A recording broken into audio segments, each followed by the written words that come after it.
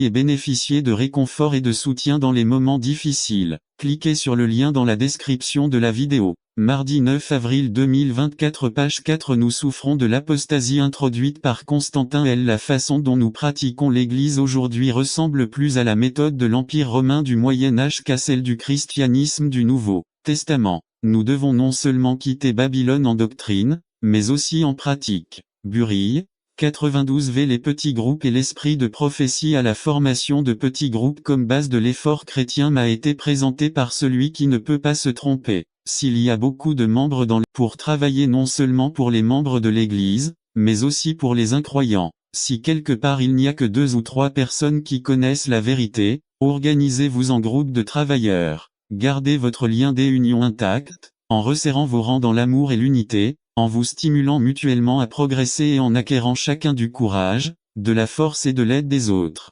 Révélez la tolérance et la patience dont le Christ a fait preuve et, en évitant les paroles hâtives, utilisez le talent de la parole pour vous édifier mutuellement dans la très sainte foi. Travaillez avec le même amour que Christ en faveur de ceux qui ne sont pas dans le groupe, en vous oubliant dans vos efforts pour aider les autres. À mesure que vous travaillez et priez au nom du Christ, votre nombre augmentera car le Sauveur dit, « Si 2 d'entre vous demandent, cela leur sera accordé par mon Père qui est aux cieux. » Matthieu 18-19. Joyau des témoignages, volume 3. VI. Conclusion. Nous voulons être fidèles à la Bible autant que possible. B. Comme nous l'avons vu, il est clair que le modèle biblique nous conseille de suivre la méthode des petits groupes. C'est vivre en communion. 1 Jean 3:1 est quelque chose que Dieu pratique parce qu'il vit en communion avec le Père, le Fils et le Saint-Esprit. D. Nous avons été créés pour vivre en communion. Les petits groupes apportent communauté, nourriture, croissance spirituelle, croissance de l'Église et une stratégie d'évangélisation efficace.